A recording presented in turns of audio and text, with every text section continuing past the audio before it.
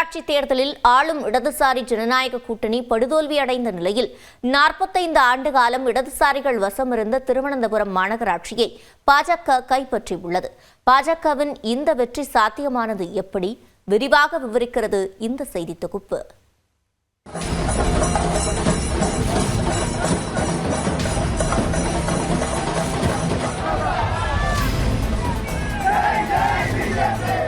கேரளாவில் மொத்தமுள்ள 1199 உள்ளாட்சி அமைப்புகளுக்கு 2 கட்டங்களாக தேர்தல் நடைபெற்ற நிலையில் முடிவுகள் நேற்று வெளியானது. அடுத்த ஆண்டு நடைபெறவுள்ள சட்டப்பேரவை தேர்தலுக்கான வெள்ளோட்டமாக கருதப்பட்ட இத்தேர்தலில் ஆளும் இடதுசாரி ஜனநாயக கூட்டணி படு தோல்வியை தழுவியுள்ளது. குறிப்பாக 45 ஆண்டு காலமாக திருவனந்தபுரம் மாநகராட்சியை தன்வசம் வைத்திருந்த இடதுசாரிகள் அதை பாஜகவிடம் பறிகொடுத்திருப்பது அரசியல் வட்டாரத்தில் கவனம் பெற்றுள்ளது. திருவனந்தபுரத்தில் மொத்தம் உள்ள 101 வார்டுகளில் பாஜக 50 வார்டுகளிலும், ஆளும் மார்க்சிஸ்ட் கம்யூனிஸ்ட் கூட்டணி 29 வார்டுகளிலும், காங்கிரஸ் கூட்டணி 19 இடங்களிலும் வெற்றி பெற்றுள்ளன. திருவனந்தபுரம் மாநகராட்சியில் பாஜகவின் வெற்றி கேரள அரசியலில் புதிய அத்தியாயம் என்கிறார் பிரதமர் நரேந்திர மோடி. இடதுசாரிகள் மற்றும் காங்கிரசின் நடவடிக்கைகளால் சலிப்படைந்த மக்கள் நல்லாட்சியை வழங்க தேசிய ஜனநாயக கூட்டணியை தேர்வு செய்திருப்பதாகவும், வளர்ச்சியடைந்த கேரளாவை உருவாக்க வேண்டுமென வாக்களித்த மக்களுக்கு நன்றி எனவும் பிரதமர் மோடி தெரிவித்துள்ளார். மறுபுறம் பாஜக பெற்றுள்ள வெற்றி வரலாற்று சிறப்பு மிக்கது என பாராட்டியுள்ளார் திருவனந்தபுரத்தில் இருந்து 4 முறை மக்களவைக்கு தேர்வான காங்கிரஸ் எம்பி சசி தரூர். தலைநகரில் பாஜக வெற்றி பெற்றிருப்பது குறிப்பிடத்தக்க அரசியல் மாற்றத்தை வெளிப்படுத்துவதாகவும் அவர் குறிப்பிட்டுள்ளார். இந்நிலையில் பாஜகவின் வரலாற்று வெற்றிக்கு பல்வேறு காரணிகள் இருப்பதாக கருதுகிறார்கள் அம்மாநில அரசியல் ஆய்வாளர்கள்.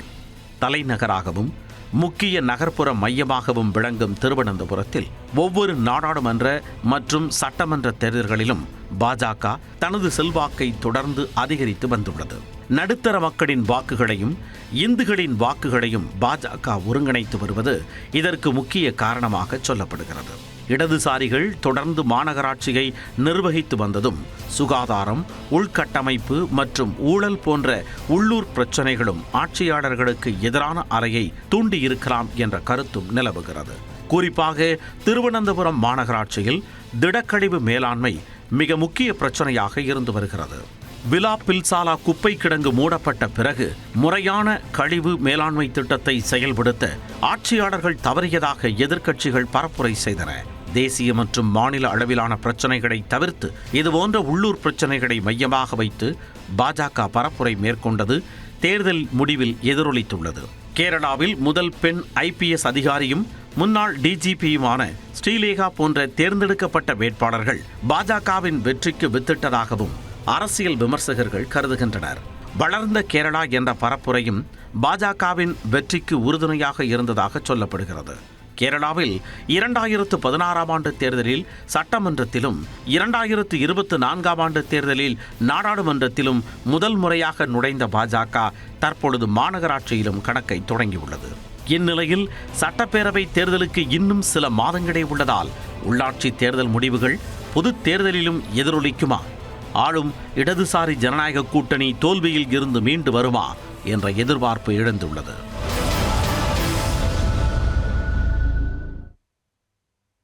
கொல்கத்தாவில் கால்பந்து ஜாம்பவான் மெஸ்ஸி பங்கேற்ற நிகழ்ச்சி ரசிகர்களுக்கு ஏமாற்றத்தை ஏற்படுத்திய நிலையில் ஐதராபாத்தில் மெஸ்ஸியின் நிகழ்ச்சி ரசிகர்களுக்கு விருந்து படைத்துள்ளது.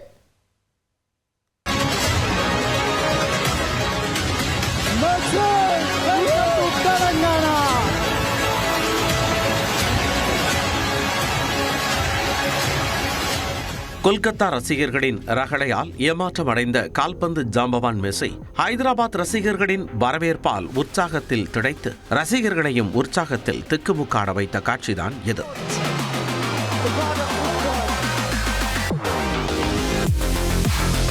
GOAT இந்தியா டூர் என்ற பெயரில் 3 நாள் பயணமாக இந்தியா வந்துள்ள அர்ஜென்டினா கால்பந்து ஜாம்பவான் மெஸ்ஸி கொல்கத்தா பயணத்தை முடித்துக் கொண்டு ஹைதராபாத் சென்றார். அங்கு தெலுங்கானா முதலமைச்சர் ரேவந்த் ரெட்டி விமான நிலையத்திற்கே சென்று மெஸ்ஸி உள்ளிட்டோரை வரவேற்றார். மெஸ்ஸியை காண்பதற்காக ஹைதராபாத் ராஜீவ்காந்தி மைதானத்தில் 50,000த்திற்கு மேற்பட்டோர் குவிந்திருந்த நிலையில் இரவு 8 மணி அளவில் நட்பு ரீதியிலான கால்பந்து போட்டி தொடங்கியது. அப்போது சக நாட்டு வீரரான ரோட்ரிகோ ஜோவியர் டி பால் மற்றும் உருகுவே கால்பந்து வீரர் லூயிஸ் ஆல்பர்டோ சுவாரஸ் ஆகியோருடன் மைதானத்திற்குள் நுழைந்த மெஸ்ஸிக்கு வான வேடிக்கையுடன் வரவேற்பளிக்கப்பட்டது.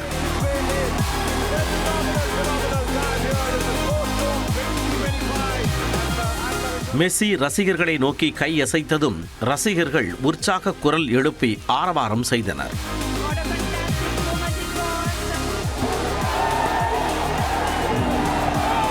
மைக்கை கையில் எடுத்த ரேவந்த் ரெட்டி உரத்த குரலில் மெஸ்ஸியை வரவேற்றார். Messi, welcome to Telangana. Now Telangana is rising. Come, join the rise. Telangana முதலமைச்சரோடு மெஸ்ஸி கால்பந்து விளையாடியதும் மைதானத்தில் ஆரவாரம் கரைபுரண்டோடியது. They are exchanging the passes. The pace is. The excitement has done up straight short. Yes, it is.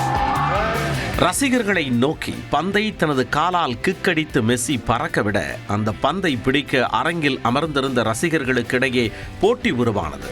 The goal's gone his ball. Where is the left foot coming? The left foot goes almost outside the stadium. I should once again on behalf of all the football fans to bring the GOAT himself into the India Tour 2025.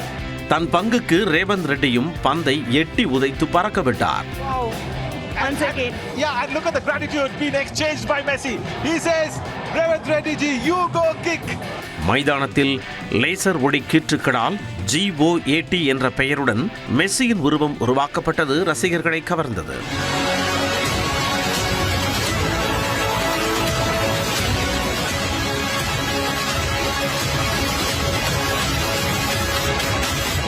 மைதானத்தில் மின் விளக்குகள் அணைக்கப்பட்ட நிலையில் ரசிகர்கள் cellphone விளக்குகளை ஒளிரவிட்டு Messi Messi என குரல் எழுப்பி வரவேற்பு தெரிவித்தனர்.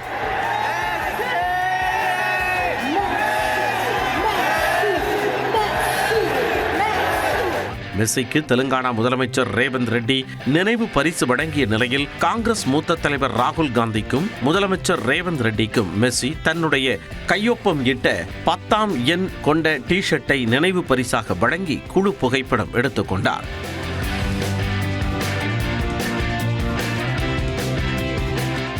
தமது நாட்டு மொழியில் பேசிய மெஸ்ஸி ஹைதராபாத்தில் இருப்பது மகிழ்ச்சி அளிப்பதாகவும் இந்திய ரசிகர்களின் எல்லையற்ற அன்புக்கு நன்றி என்றும் கூறினார். Hola a todos, bueno, nada, solo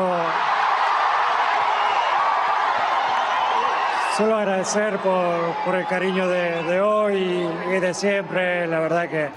Messi சுமார் 1 மணி நேரம் மைதானத்தில் இருந்த நிலையில் அங்குள்ள குழந்தைகளோடும் ரசிகர்களோடும் கலந்துரையாடினார். Can we all whistle and make some noise?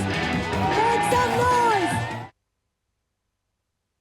கால்பந்து ஜாம்பவான் லியோனல் மெஸ்ஸி கலந்து கொண்ட நிகழ்ச்சியில் வன்முறை வெடித்ததால் கொல்கத்தா நகரமே கொந்தளித்தது. 25,000 ரூபாய் வரை செலுத்தி பெரும் கனவுடன் வந்த ரசிகர்கள் மெஸ்ஸியை காண முடியாத ஆத்திரத்தில் கலவரத்தில் ஈடுபட்டதன் பின்னணி என்ன பார்க்கலாம்.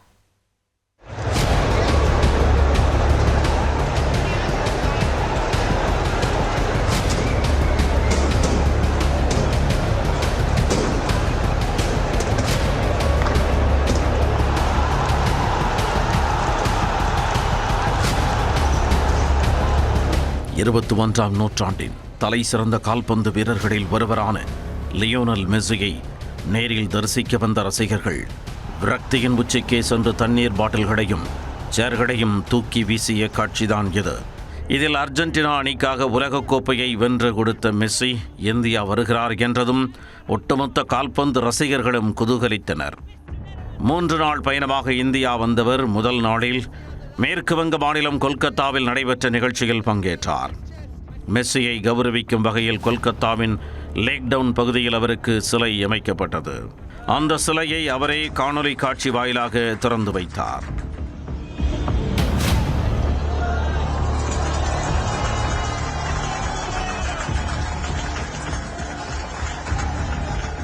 இதையடுத்து சால்ட் லேக் கால்பந்து மைதானத்தில் நடைபெறும் நட்பு ரீதியிலான போட்டியை தொடங்கி வைத்துவிட்டு ரசிகர்கள் முன்பு தோன்றுவார் என அறிவிக்கப்பட்டது.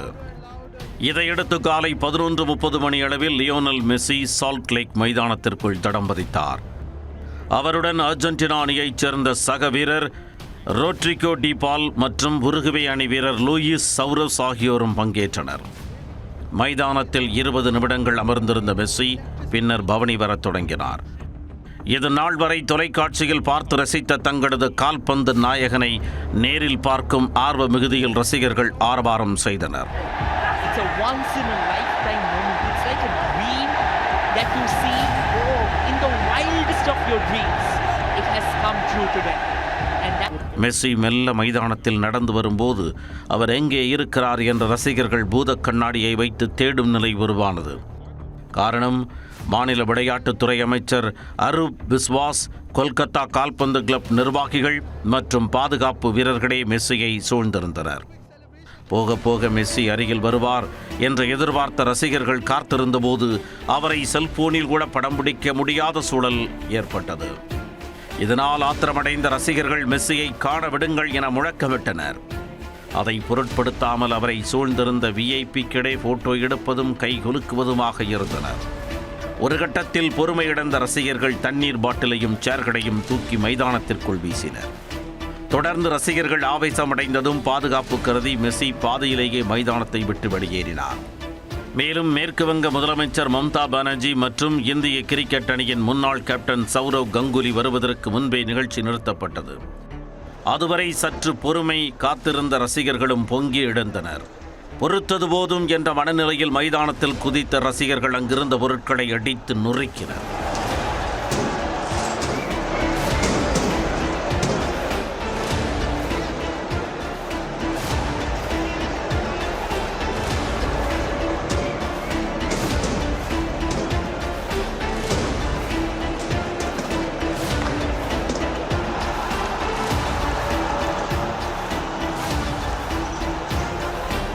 பாதுகாப்பிற்காக நின்றிருந்த போலீசார் நிலைமை கை மீறுவதை உணர்ந்து அவர்களை தடியடி நடத்தி விரட்டி அடித்தனர். மேலும் பாதுகாப்பு படை வீரர்கள் கேலரிக்குள் புகுந்து வன்முறையை கையில் எடுத்த ரசிகர்களை தலைதெறிக்க ஓடவிட்டனர். இந்த சம்பவத்தால் சால்ட்லேக் மைதானமே கலவர பூமியாக மாறியது. 5,000 ரூபாய் முதல் 25,000 ரூபாய் வரை பணம் செலுத்தி டிக்கெட் எடுத்த நிலையில் மெஸ்ஸியை காண முடியாமல் போனது பெரும் ஏமாற்றம் அளித்ததாக ரசிகர்கள் கவலை தெரிவித்தனர். இந்த சம்பவத்திற்கு மெஸ்ஸியிடமும் ரசிகர்களிடமும் மன்னிப்பு கேட்பதாக மேற்கு வங்க முதலமைச்சர் மம்தா பானர்ஜி தெரிவித்துள்ளார். மேலும் இதுகுறித்து ஓய்வு பெற்ற நீதிபதி தலைமையில் விசாரணை நடத்தப்படும் என்றும் அறிவித்துள்ளார். இந்த சம்பவம் தொடர்பாக வழக்கு பதிவு செய்த கொல்கத்தா போலீசார் நிகழ்ச்சி ஏற்பாட்டாளர் சதத்ரு தத்தாவை கைது செய்துள்ளனர். மெஸ்ஸியை காண முடியாமல் ஏமாற்றம் கண்ட ரசிகர்களுக்கு டிக்கெட் பணத்தை திருப்பி அளிப்பதாக அவர் உறுதியளித்துள்ளார். கொல்கத்தாவில் சரியான திட்டமிடல் இல்லாத காரணத்தால் கால்பந்து ரசிகர்கள் கொண்டாட வேண்டிய லியோனல் மெஸ்ஸி கலந்து கொண்ட நிகழ்ச்சி திண்டாட்டத்தில் முடிந்துள்ளது.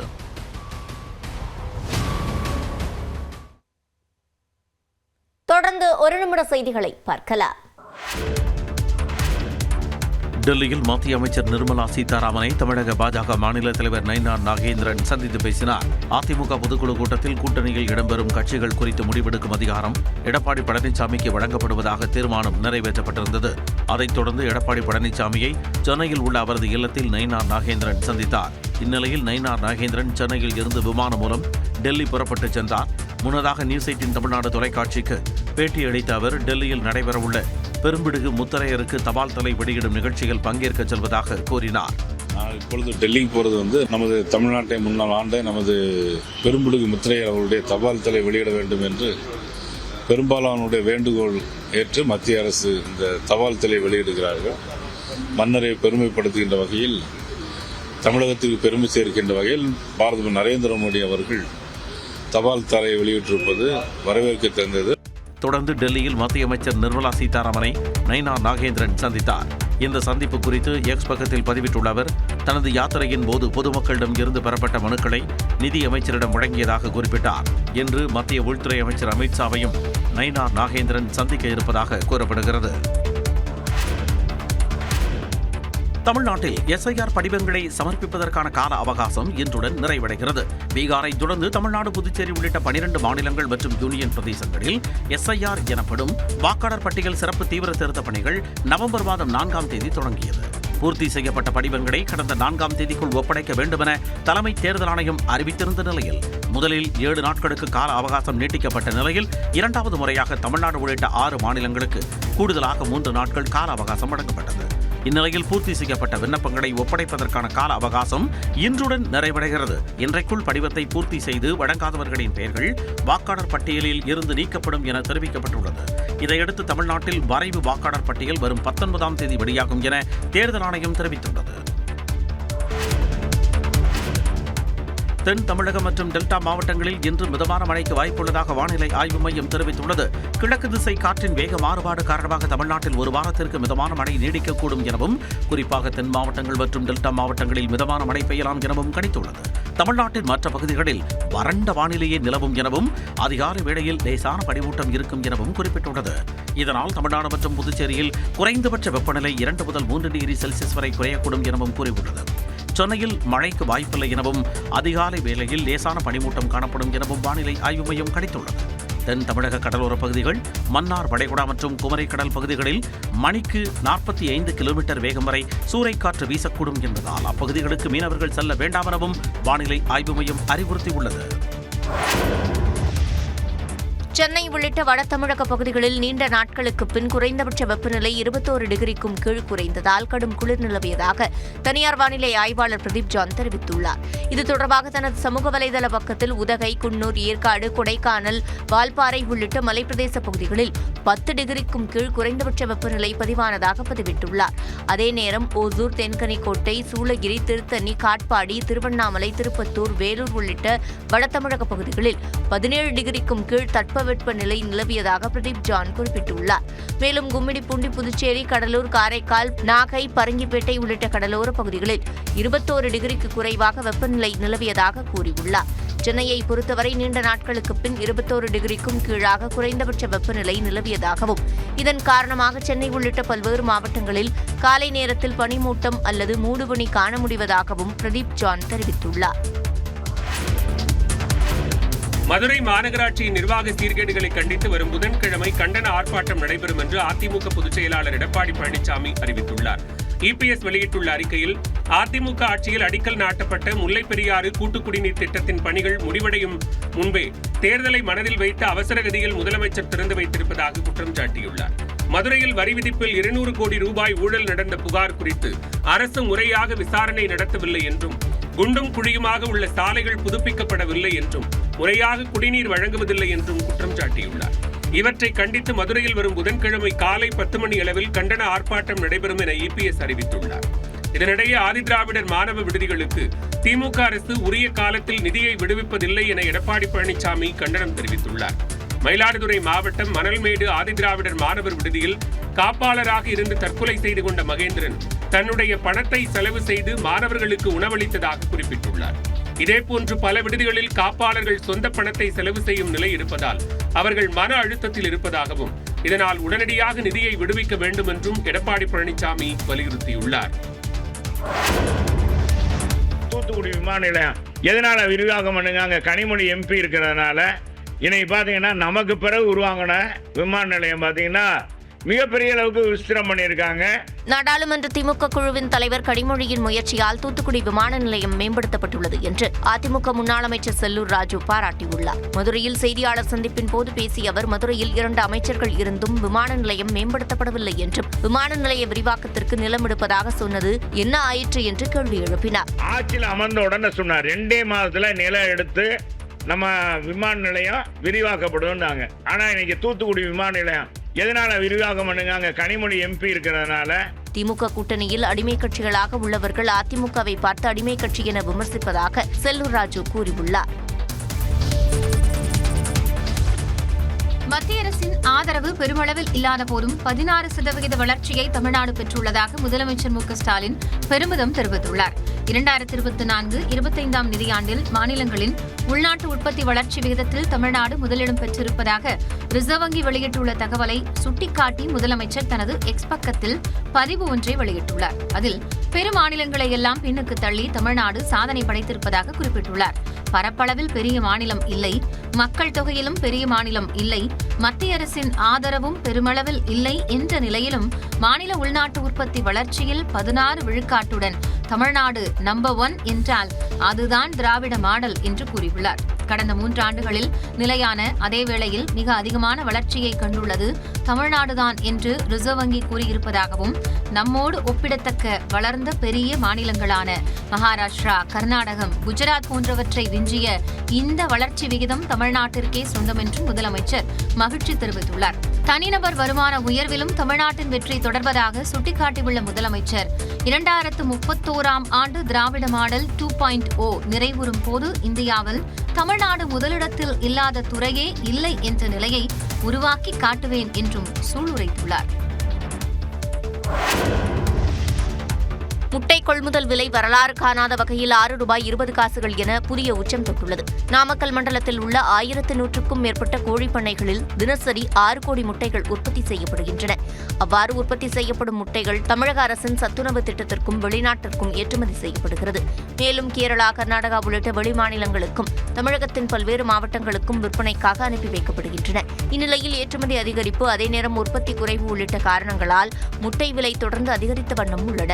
நாமக்கல் மண்டலத்தில் முன்னெப்போதும் இல்லாத அளவில் ஒரு முட்டை ₹6.20 உயர்ந்து புதிய உச்சம் தொட்டுள்ளது. கடந்த 3 நாட்களாக தொடர்ந்து முட்டை விலை சராசரியாக நாளொன்றுக்கு 5 காசுகள் வரை அதிகரித்து நாமக்கல் தேசிய முட்டை ஒருங்கிணைப்பு குழு அறிவித்து வருகிறது. வரலாறு காணாத வகையில் முட்டை விலை உயர்ந்து வருவதால் சென்னை உள்ளிட்ட நகரங்களில் சில்லறை விற்பனையில் ஒரு முட்டை ₹8 விற்கப்படும் நிலை உருவாகியுள்ளது. திருப்பரங்குன்றம் மலையில் தர்கா அருகே உள்ள தூணில் தீபம் ஏற்ற அனுமதிக்க கோரி 50 பேர் உண்ணாவிரத போராட்டத்தில் ஈடுபட்டனர். மதுரை திருப்பரங்குன்றத்தில் மலை உச்சியில் வழக்கத்திற்கு மாறாக தர்கா அருகே உள்ள தூணில் தீபம் ஏற்ற வேண்டும் என்று இந்து அமைப்பினர் கோரிக்கை விடுத்து வருகின்றனர். இது தொடர்பான வழக்கை விசாரித்த உயர்நீதிமன்ற மதுரை கிளை நீதிபதி GR சுவாமிநாதன் கார்த்திகை தீப நாளில் தர்கா அருகே உள்ள தூணில் தீபம் ஏற்ற அனுமதி வழங்கினார். இதனை எதிர்த்து தமிழ்நாடு அரசு தரப்பில் மேல்முறையீடு செய்யப்பட்டுள்ளது. இந்நிலையில் நீதிமன்ற அனுமதி பெற்று திருப்பரங்குன்றம் கோவில் எதிரே 50 பேர் உண்ணாவிரத போராட்டத்தில் ஈடுபட்டனர். ஆரம்பிச்சதாக இவங்களை கணக்க முடிப்போம், ஏதாவது ஒரு கணக்கு சாக்கு செய்வோம் சொல்றதுக்காக மோட்ச தீபம் ஏற்றுற இடத்துல ஆரம்பிச்சு விட்டாங்க. அப்பெல்லாம் நான் முத பாக்குறேன் மோட்ச தீபத்தில் ஏத்துறாங்களே. இது மோட்ச தீபம் ஏத்துற இடையா, இதுல ஏத்தக்கூடாது, அந்த இடத்துல ஏத்தக்கூடாதுயா, இவங்களா செஞ்சுக்கிட்டது. அப்ப மலையில தான் ஏத்தணும். மயில் மண்டபம் அருகே காலை 9 மணிக்கு தொடங்கிய உண்ணாவிரதம் மாலை 5 மணிக்கு நிறைவடைந்தது.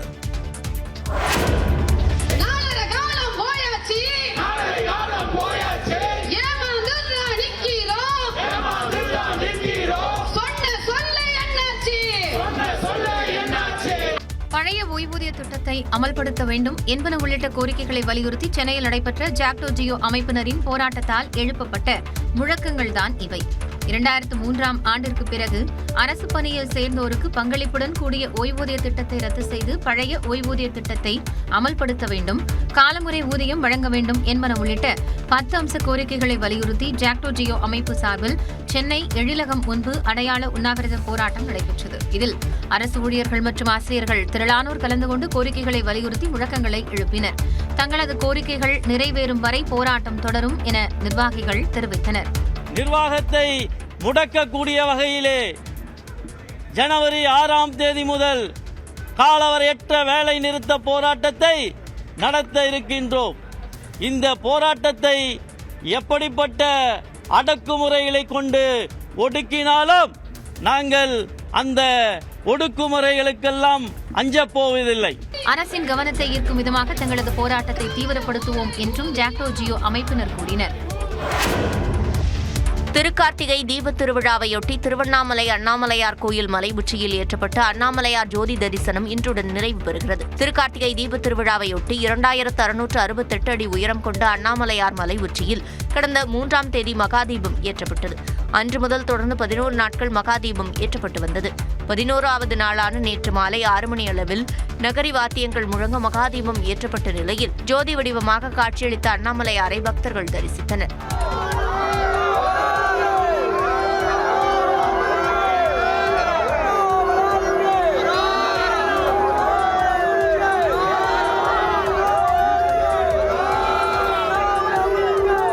11 நாட்கள் நிறைவடைந்த நிலையில் இன்று மாலை உச்சியில் வைக்கப்பட்டுள்ள தீபக்கொப்பரை கோயிலுக்கு கொண்டு செல்லப்பட்டு பூஜை செய்யப்பட உள்ளது. இதனையொட்டி நூற்றுக்கணக்கானோர் மலை உச்சிக்கு சென்று தரிசனம் செய்தனர். புதுச்சேரியில் அடுத்த 5 ஆண்டுகளுக்கு தொடர்ந்து மின்கட்டணம் உயர்த்தப்பட உள்ள நிலையில் அதன் கட்டண நிர்ணய விவரங்கள் வெளியாகியுள்ளன. மின்சார இணை ஒழுங்குமுறை ஆணையத்திடம் இதற்காக புதுச்சேரி அரசின் மின்துறை அனுமதி பெற்றுள்ளது. அக்டோபர் மாதம் முதல் புதிய மின்கட்டண உயர்வு அமலுக்கு வரவுள்ளது. அதன்படி முதல் 100 யூனிட்டுக்கு 1 யூனிட் ₹2.90 200 யூனிட் வரை ₹4.20 300 யூனிட் வரை ₹6.20 400 யூனிட்டுகளுக்கு மேல் பயன்படுத்தினால் ₹7.90 கட்டணம் வசூலிக்கப்பட உள்ளது. 2026-27 ஆண்டில் இதே கட்டணம் வீட்டு உபயோகத்துக்கு தொடரும் என புதுச்சேரி மின்துறை அறிவித்துள்ளது. 2028-29 100 யூனிட்டுக்கு ₹3.45 200 யூனிட் வரை ₹4.30 300 யூனிட்டுக்கு ₹6.40 400 யூனிட்டுக்கு ₹7.95 400 யூனிட்டுக்கும் மேல் ₹8.15 கட்டணம் நிர்ணயம் செய்யப்பட்டுள்ளது. 2029-30 100 யூனிட்டுக்கு ₹3.85 200 யூனிட் வரை ₹4.40 300 யூனிட்டுக்கு ₹6.50 400 யூனிட்டுக்கு மேல் ₹8.05 400க்கும் மேல் ₹8.25 கட்டணம் நிர்ணயம் செய்யப்பட்டுள்ளது. இந்த கட்டண உயர்வு புதுச்சேரி மக்களை அதிர்ச்சியில் ஆழ்த்தியுள்ளது. இந்தியா தென்னாப்பிரிக்கா அணிகளுக்கு இடையேயான 3வது T20 போட்டி இமாச்சல பிரதேச மாநிலம் தர்மசாலாவில் இன்று நடைபெறுகிறது. இந்தியா வந்துள்ள தென்னாப்பிரிக்கா அணி 5 T20 போட்டிகளில் விளையாடுகிறது. இதில் முதல் போட்டியில் இந்தியாவும் 2வது போட்டியில் தென்னாப்பிரிக்காவும் வெற்றி பெற்றன. இந்திய அணியை பொறுத்தவரையில் சுப்மன் கில், கேப்டன் சூரியகுமார் ஆகியோர் தொடர்ந்து மோசமாகவே விளையாடி வருகின்றனர். இருவரும் தங்கள் திறமையை மீண்டும் நிரூபித்து விமர்சனத்திற்கு விடை கொடுக்க வேண்டிய நெருக்கடியில் உள்ளனர். பந்துவீச்சும் பெரிய அளவு சோபிக்காத நிலையில் அதிலும் அதீத கவனம் செலுத்த வேண்டும் என ரசிகர்கள் எதிர்பார்க்கின்றனர். தர்மசாலா மைதானத்தில் இதுவரை 3 T20 போட்டிகளில் விளையாடியுள்ள இந்திய அணி 2 ஆட்டங்களில் வெற்றி பெற்றுள்ளது. இன்று நடைபெற இருக்கும் ஆட்டம் ரசிகர்கள் மத்தியில் எதிர்பார்ப்பை ஏற்படுத்தியுள்ளது. மலேசிய கார் பந்தயத்தில் தனது கார் பழுதாகி நின்றது வருத்தமளிப்பதாக நடிகரும் கார் ரேசருமான அஜித்குமார் தெரிவித்தார். மலேசியாவில் நடைபெற்று வரும் கார் பந்தய போட்டியில் அஜித்குமார் ரேசிங் அணி பங்கேற்றுள்ளது. சனிக்கிழமை நடைபெற்ற போட்டியில் அஜித் பங்கேற்ற கார் திடீரென பழுதாகி நடுவழியில் நின்றது. ரேடியேட்டர் பழுதானதால் அவரது அணியினரால் போட்டியை தொடர முடியாத சூழல் உருவானது. இது தொடர்பாக அஜித்குமாரிடம் கேட்டபோது கவலைப்பட ஒன்றுமில்லை என தெரிவித்தார்.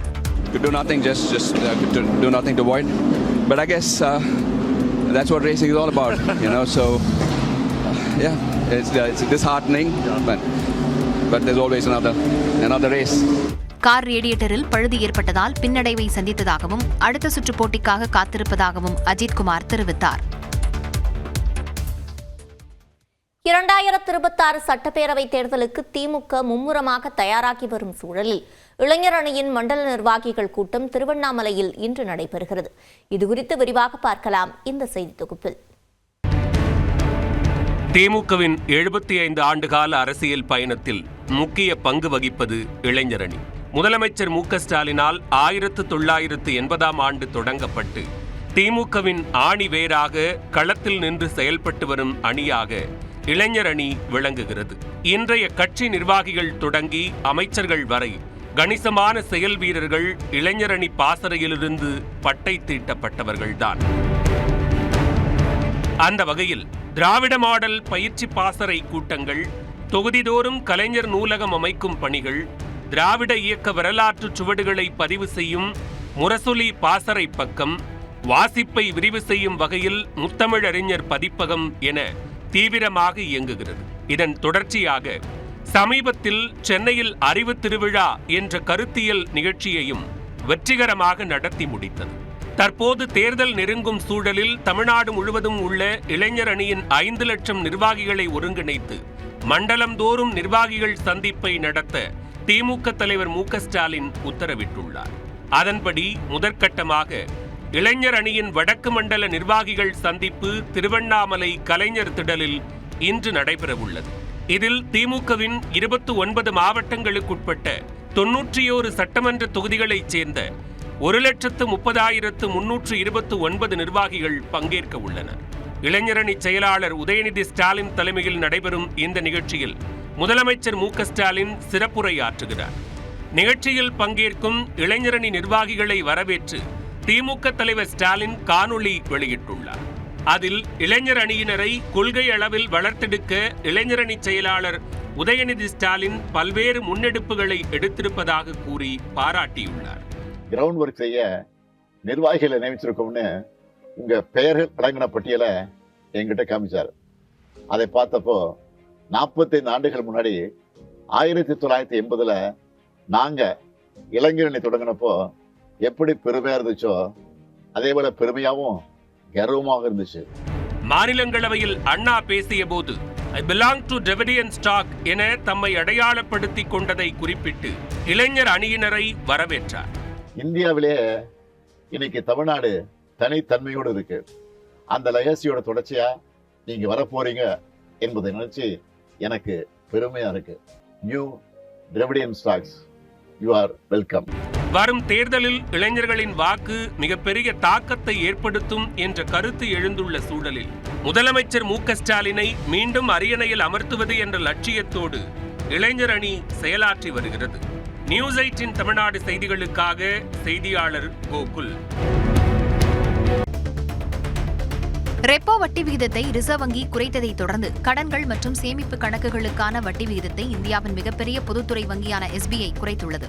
இந்த வட்டி குறைப்பு திங்கட்கிழமை முதல் அமலுக்கு வரும் என்று தெரிவிக்கப்பட்டுள்ளது. இதன் மூலம் SBI வங்கியில் வீட்டுக்கடன் வாங்கியவர்களுக்கான EMI தொகை குறைய உள்ளது. அதே நேரம் வங்கியில் டெபாசிட் செய்த தொகைக்கான வட்டி குறைய உள்ளது.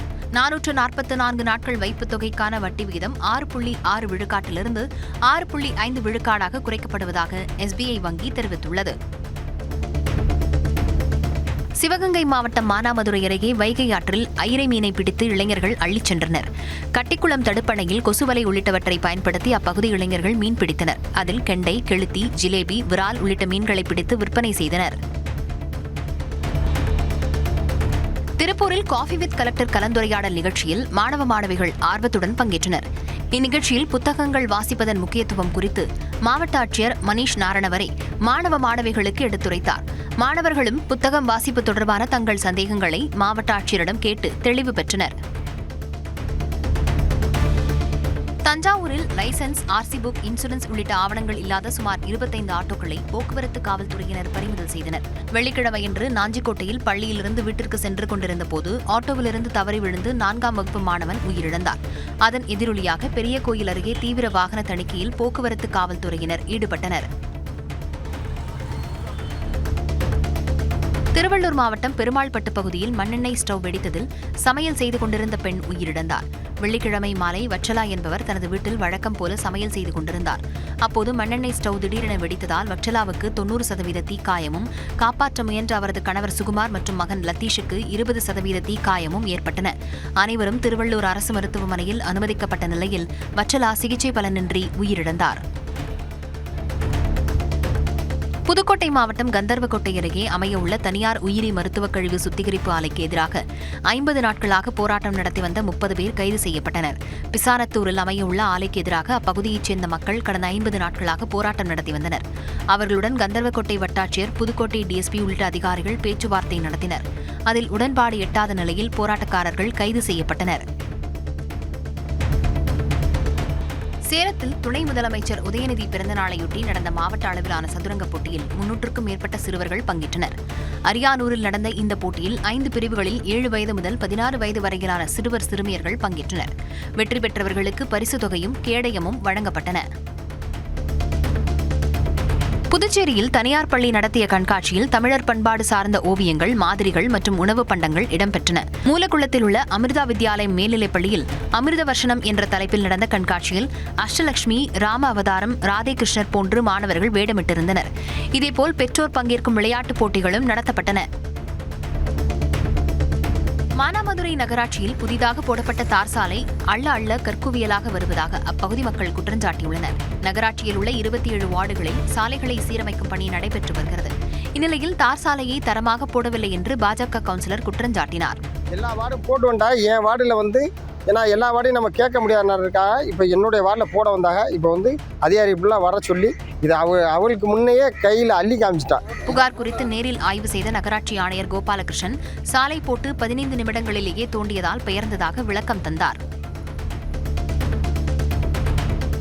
புதுக்கோட்டையில் தலைக்கவசம் அணிவதன் முக்கியத்துவத்தை வலியுறுத்தும் வகையில் காவல்துறையினர் இருசக்கர வாகன பேரணி சென்றனர்.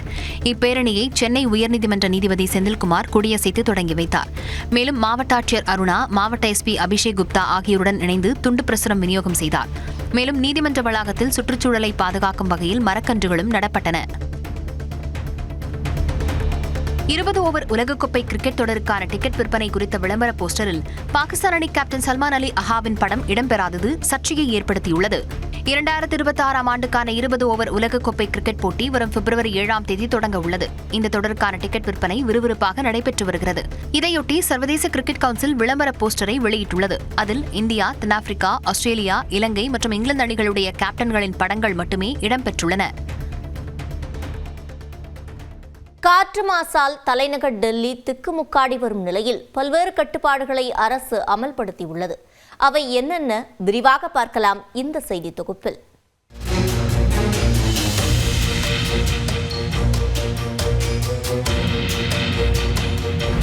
தலைநகர் டெல்லியோ காற்று மாசுவால் திக்குமுக்காடி வருகிறது. டெல்லியில் நாளுக்கு நாள் காற்று மாசு அதிகரிப்பதன் விளைவாக மாநகரின் பெரும்பாலான பகுதிகள் புகை மண்டலம் போல காட்சியளிக்கிறது.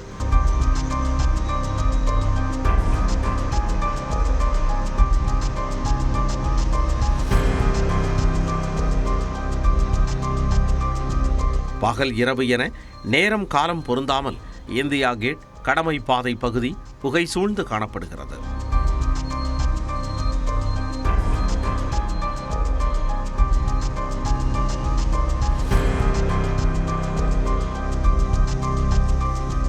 வரலாற்று சின்னமான குதுப் மினார் அடர்ந்த புகை காரணமாக பொலிவிழந்து காணப்பட்டது.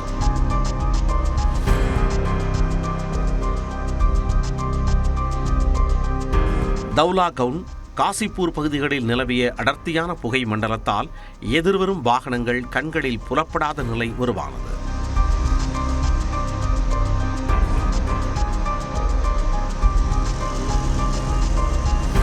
மேலும் ஆனந்த் விகார், சன்சாத் மார்க் உள்ளிட்ட பகுதிகளில் சுவாசிக்க தகுதியற்ற காற்று மாசுவால் மக்கள் திணறினர்.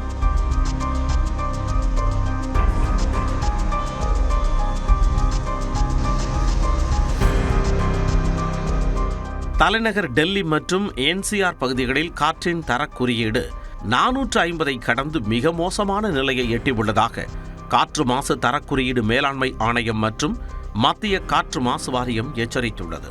காற்று மாசு மொத்தம் 4 கட்டங்களாக வரையறுக்கப்படும் நிலையில் 200 முதல் 300 புள்ளிகள் வரை காற்றின் தரம் செல்லும் போது அது மோசமான நிலையை எட்டியதாக வரையறுக்கப்படுகிறது. அதே நேரம் தலைநகர் டெல்லியில் காற்றின் தரக்குறியீடு 450 புள்ளிகளை தாண்டி காற்று சுவாசிக்க தகுதியற்றது என்ற மிகவும் மோசமான நிலையை எட்டியதாக காற்று மாசு தரக்குறியீடு மேலாண்மை ஆணையம் எச்சரித்துள்ளது. இதையடுத்து டெல்லியில் நேற்று மாலை 6 மணி முதல் காற்று மாசு கட்டுப்பாடுகளை மத்திய அரசு அமல்படுத்தியுள்ளது. அதன்படி டெல்லியில் அரசு மற்றும் தனியார் பள்ளிகளில் 11ஆம் வகுப்பு வரை ஹைபிரிட் முறைப்படி, அதாவது குறிப்பிட்ட நாட்களில் ஆன்லைன் வகுப்புகளும் சில நாட்கள் நேரடி வகுப்புகளும் நடத்த உத்தரவிடப்பட்டுள்ளது. அதைத் தொடர்ந்து அரசு மற்றும் தனியார் அலுவலகங்களில் 50% ஊழியர்களை வீட்டில் இருந்தபடியே பணியாற்ற அறிவுறுத்தப்பட்டுள்ளது. மேலும் அத்தியாவசிய பொருட்கள் ஏற்றிச் செல்லும் கனரக லாரிகள் தவிர்த்து மற்ற லாரிகள் தலைநகருக்குள் நுழைய தடை விதிக்கப்படுகிறது. அனைத்து டெல்லி மற்றும் அதன் சுற்றுவட்டார பகுதிகளில் அனைத்து கட்டுமான பணிகளும் தற்காலிகமாக நிறுத்த உத்தரவிடப்பட்டுள்ளது. முதியோர், குழந்தைகள் உள்ளிட்டோர் அத்தியாவசிய பணிகள் தவிர்த்து வெளியிடங்களுக்கு செல்வதை தவிர்க்குமாறு அறிவுறுத்தப்பட்டுள்ளது. ஒவ்வொரு ஆண்டும் காற்று மாசுவால் திணறி வரும் தலைநகரை மீட்க மத்திய மாநில அரசுகள் முழு வீச்சில் செயலாற்ற வேண்டும் என்ற கோரிக்கை எழுந்துள்ளது.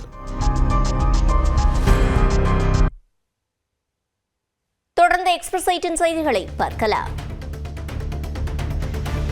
குற்றாலம் அருவியில் மின்னொளி வெளிச்சத்தில் ஐயப்ப பக்தர்கள் குளித்து மகிழ்ந்தனர். சபரிமலை சீசனையொட்டி குற்றாலம் அருவிக்கு அதிக அளவிலான ஐயப்ப பக்தர்கள் வந்து செல்கின்றனர். சனிக்கிழமையான நேற்று மின்னொளி வெளிச்சத்தில் திரளான பக்தர்கள் குளித்து மகிழ்ந்த நிலையில் இன்று விடுமுறை தினம் என்பதால் அதிக அளவிலானோர் வருவார்கள் என்று எதிர்பார்க்கப்படுகிறது.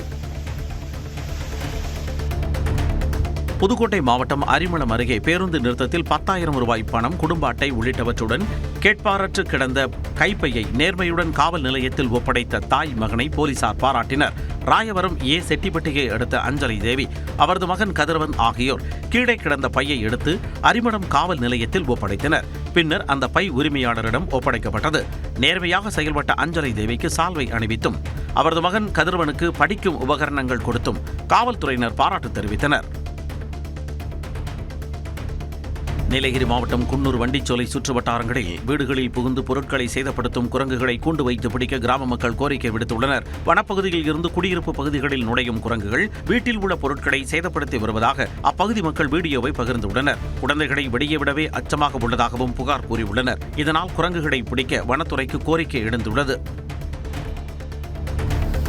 சென்னையை அடுத்த அம்பத்தூர் அருகே கட்டுமான பணி நடந்து வந்த அடுக்குமாடி குடியிருப்பின் 6வது மாடியில் தீ விபத்து ஏற்பட்டது.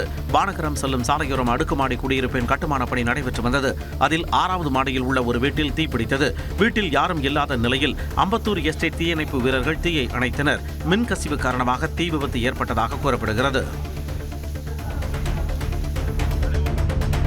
வேலூர் மாவட்டம் காட்பாடி அருகே மயானத்திற்கு செல்லும் வழியில் தண்ணீர் ஓடுவதால் தரைப்பாலம் அமைத்து தர பொதுமக்கள் கோரிக்கை விடுத்துள்ளனர். திருமணி கிராமத்தில் இருந்து பாலாற்றின் மறுகரையில் உள்ள மேல்முனவூருக்கு மக்களே மண் சாலை அமைத்து பயன்படுத்தி வந்தனர். மழைக்காலங்களில் பாலாற்றில் தண்ணீர் அதிகம் செல்லும் போது அந்த மண் பாலம் நீரில் மூழ்கி விடுவதால் ஆற்றில் இறங்கிச் செல்லும் நிலை உள்ளது. மயானத்திற்கு செல்லவும் இந்த ஆற்றை சடலத்துடன் ஆபத்தான முறையில் கடந்து செல்ல வேண்டியுள்ளதால் தரைப்பாலம் அமைக்க கோரிக்கை எழுந்துள்ளது. திருவள்ளூர் மாவட்டம் பழவேற்காடு ஏரியில் நடுவில் உள்ள தீவுகளில் பிளாஸ்டிக் சேகரிப்பு மற்றும் மரம் நடு விழா நடைபெற்றது. படகு வழியாக தீவுகளுக்கு சென்ற சமூக ஆர்வலர்கள், மாணவர்கள் இரு அணிகளாக பிரிந்து குப்பைகளை சேகரித்தனர். பின் சுற்றுச்சூழலை பாதுகாக்கும் பனை விதைகள் மற்றும் மரச்செடிகள் நட்டனர். பெரம்பலூர் மாவட்டத்தில் மகளிர் சுய உதவிக் குழுக்கள் மூலம் வளர்க்கப்படும் கோழிகளை நேரில் சென்று மாவட்ட ஆட்சியர் ஆய்வு செய்தார். வேப்பந்தட்டை ஊராட்சி ஒன்றியத்திற்குட்பட்ட வாலிகண்டபுரம் ஊராட்சியில் மகளிர் சுய உதவிக் குழு மூலம் கடன் பெற்று புறக்கடை கோழி வளர்ப்பு திட்டத்தின் கீழ் பெண்கள் கோழிகளை வளர்த்து வருகின்றனர். அவர்களின் வீட்டிற்கு நேரில் சென்று பார்வையிட்ட ஆட்சியர் மிருணாளினி திட்டத்தின் பலன்கள் குறித்து கேட்டறிந்தார். கொடைக்கானல் பேரிஜம் ஏரிக்கு செல்லும் பிரதான சாலையில் கருஞ்சிறுத்தை ஒன்று கடந்து சென்றதாக வீடியோ வெளியாகியுள்ளது. நொடிப்பொழுதில் கருஞ்சிறுத்தை ஒன்று சாலையை கடந்து சென்றது போன்ற அந்த வீடியோவை சுற்றுலா பயணி ஒருவர் பதிவு செய்து வெளியிட்டுள்ளார். இதனையடுத்து பேரிஜம் ஏரிக்கு செல்லும் சுற்றுலா பயணிகள் பாதுகாப்புடன் கவனமாக செல்ல வனத்துறை அறிவுறுத்தியுள்ளது. திருப்பத்தூர் அருகே புல்லுக்கு வைத்த தீ அருகில் இருந்த மாட்டுக் கொட்டகைக்கு பரவி சேதமடைந்தது. முத்தாக்கவுண்டனூரைச் சேர்ந்தவர் ஓய்வு பெற்ற ராணுவ வீரர் பெருமாள். இவர் தனது வீட்டிற்கு அருகே கொட்டகை அமைத்து மாடுகளை வளர்த்து வந்தார். இந்த நிலையில் கொட்டகைக்கு அருகே புல் மற்றும் பழைய காகிதங்களை சிறுவர்கள் தீ வைத்து எரித்ததாக தெரிகிறது. அந்த தீ மாட்டுக் கொட்டகைக்கு பரவியது. மாடுகள் வெளியே கட்டப்பட்டிருந்ததால் நல்வாய்ப்பாக அவை உயிரிழப்பின.